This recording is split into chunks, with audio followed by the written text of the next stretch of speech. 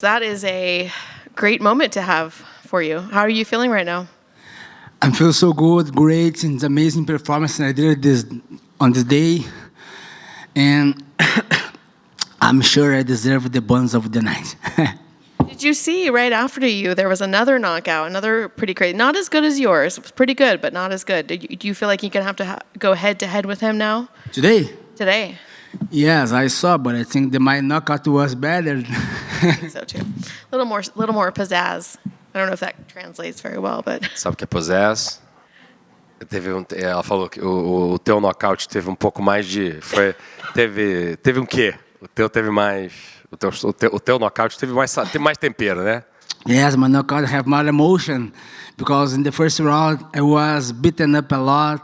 I think I lost the first round. And the second round, I started losing again, and I could change the second round. I started to win the middle of the second round, and the third round, I have no options to do that. I need just to finish my opponents to leave with the win during this fight. So I think I'm sure my knockout was the best of the night because since beginning of fight.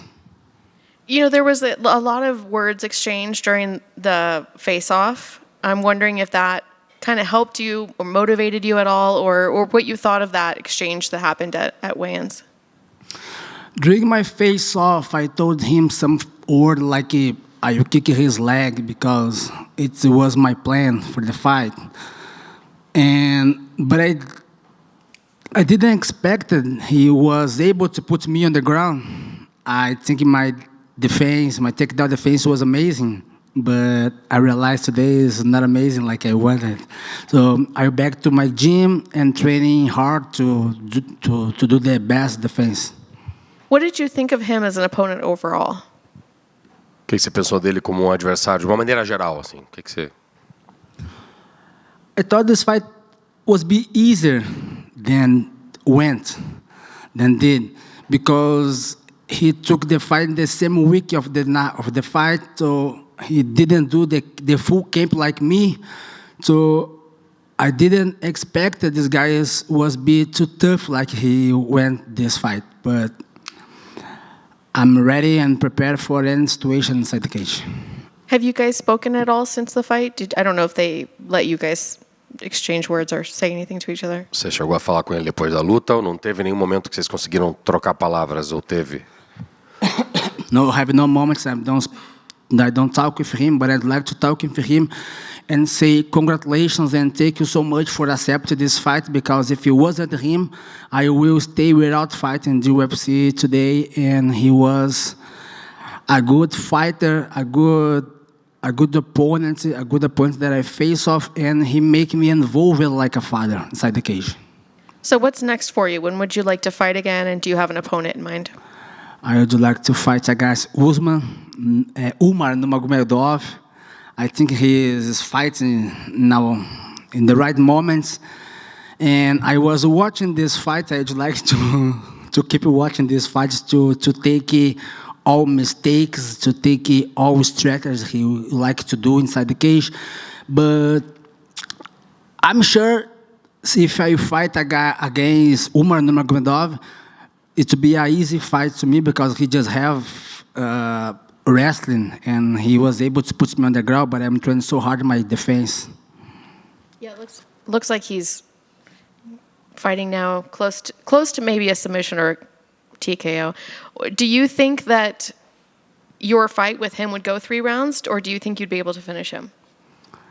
I'm almost sure that I'm able to defeat these guys in first round, because my mistake was today only my takedown defense.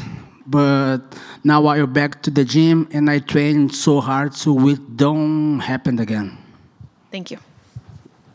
Look, Doc, I just want to ask, what's it like coming into fight week not knowing you have an opponent, right? And you don't know who you're going to fight. Like, were you nervous? I didn't get nervous about my opponents because I'm almost sure the UFC will find a guys to fight against me. So I got a little bit anxious because there is the possibility that I don't have a fight because I don't have an opponent. But my opponents have changed 3 times. And the first opponent is, I think he's injured. And my second opponent, I don't know what happened, but when I come here, we received the news that we have another opponents, and we're training so hard for these opponents, but these opponents have cancer as well, I don't know why.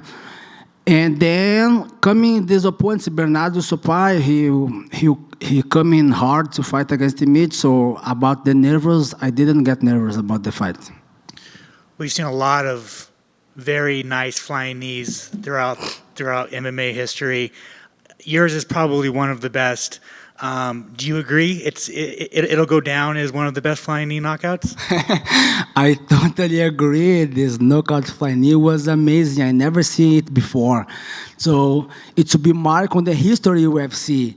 In my debut in UFC was amazing. And it should be marked for a long time. For a long time, all people will talking about the knockouts. When some people will talking about the flying knee knockouts, the people will remember my name, Lock Dog. I mean, I think people are going to remember it. It's already March, right? I think in December, people are going to say that's probably the best knockout of the year. And I mean, just thinking about that now, you know, having the best knockout of a year, it's got to be special for you, right? Of course, it's too special for me. It's been marking the UFC memory in my mind as well. And as I say before, every people, when you want to remember about the flying knee, will remember about my name, Lock Dog. Who is Lock Dog? It's the guys who applied the flying knee in the UFC and won by TKO in 13 rounds after he's lost in the first and second round. And then finally, do you hope to fight in Brazil in May for UFC 303? 301. 301. Do you hope to fight in Brazil? Of course, I'd like so much to fight in my country. It would be a great gift to my people and to myself. And I will be ready to fight in this day. Awesome. Thank you. Thanks so much. To your right here. I got to ask you about that knockout, kind of jumping off that historic. For you, it was your debut. The last time we saw something of that caliber, someone going absolute limp and just almost just out, to me, was Yair Rodriguez with Korean Zombie. When you kind of compare that and you think about those kind of moments, how do you reflect on something like that, being it's your debut? Com uma estreia dessa, fazendo o que você fez, você olha para o teu, num contexto histórico, na tua joelhada, e você pensa em Yair Rodrigues contra Korean Zombie. Ou seja, como é que você pensa, como é que você analisa? Eu entrei para um hall de knockouts históricos da história do UFC e dá para ser comparado com alguns históricos, sendo numa estreia. It's too hard to talk right now because I ended up to live this fight right now. Don't get into my mind yet that I did this big knockout.